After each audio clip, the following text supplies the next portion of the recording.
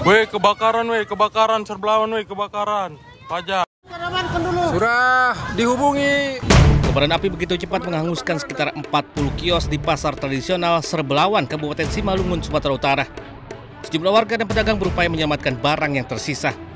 Sebagian lagi hanya bisa meratapi harta benda yang sudah ludes terbakar. Cuaca panas disertai angin kencang membuat api cepat membesar. Menurut saksi mata, sebelum kejadian ada pemilik kios yang membakar sampah. Sebanyak 7 unit mobil pemadam kebakaran dikerahkan ke lokasi kejadian. Tidak ada korban jiwa dalam peristiwa ini, namun kerugian ditaksir mencapai ratusan juta rupiah. Sementara penyebab kebakaran masih dalam penyelidikan petugas. Dari Simalungun, Sumatera Utara, Dharma Setiawan, iNews melaporkan.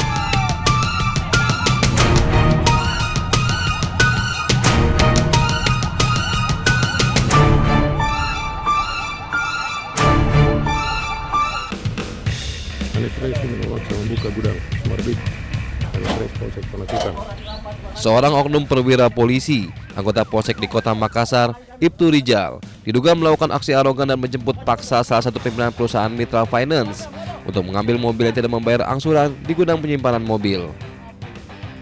Ibtu Rijal meminta mobil yang disimpan di gudang untuk diserahkan kepada dirinya tanpa melalui prosedur yang berlaku. Saat beraksi, Ibtu Rijal bersama sejumlah anggota lainnya tidak bisa menunjukkan surat tugas. Aksi ini pun dilaporkan pihak perusahaan ke Propam Polda Sulsel dan meminta Ibtu Rijal diberi sanksi kode etik.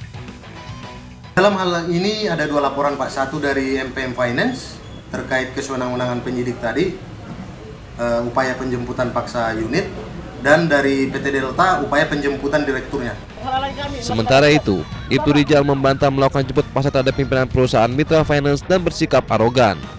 Dirinya mengatakan pimpinan perusahaan pergi bersama dengan sukarela tanpa ada paksaan. Menurutnya, menunaikan mobil di gudang penyimpanan dilakukan karena adanya aduan masyarakat terkait dugaan pencurian uang milik korban di dalam mobil. Justru saudara Z ini langsung menyapa kami tanpa sama kami untuk tegur dia. Langsung menyapa kami, Pak Kadit Reskrim, kalau unit mobil yang kita cari, ayo saya tuntun dan saya tunjukkan ke tempatnya di mana. Dari sehingga menurut saya kondisi itu tidak ada upaya paksa. Justru saya tegaskan bahwa dialah yang membantu kami untuk mengungkap penyelidikan kami. Terkait surat tugas dan laporan kepolisian, Ibtu Rijal menyebut bahwa keduanya tidak perlu disertakan karena korban ikut dalam proses penyelidikan. Dari Kota Makassar, Sulawesi Selatan, Muhammad Nurboni, iNews melaporkan.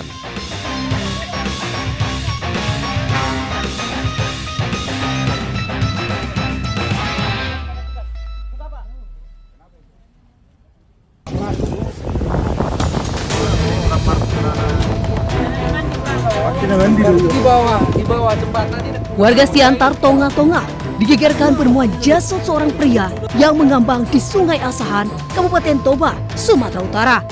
Jasad pertama kali ditemukan oleh 2 orang warga yang hendak memancing. Warga terkejut saat melihat jasad pria tanpa busana mengambang pada 17 Agustus 2025. Warga sekitar, Hani Borumanuru, mendengar teriakan minta tolong dari pemancing tersebut, akhirnya keluar. Kedua saksi tersebut segera melapor hingga warga berdatangan dan jasad dievakuasi petugas. Tadi di sini memancing, 2 orang bapak-bapak. Awalnya orang itu memancing di pokok mangga itu. Nggak lama kemudian orang itu pindah ke jembatan. Ke jembatan ya? Terus? Nah, rupanya mayat itu mengapung. Orang itu menjerit. Nah, minta bantu. Tapi yang membantu nggak ada. Belum ada keterangan resmi dari pihak kepolisian. Jasad korban telah dievakuasi ke RSUD Porsea guna diautopsi. Kasusnya tengah dalam penyelidikan Kepolisian Resor Toba, daerah Sumatera Utara. Dari Kabupaten Toba, Sumatera Utara, Aris Fernando, Manalu, melaporkan.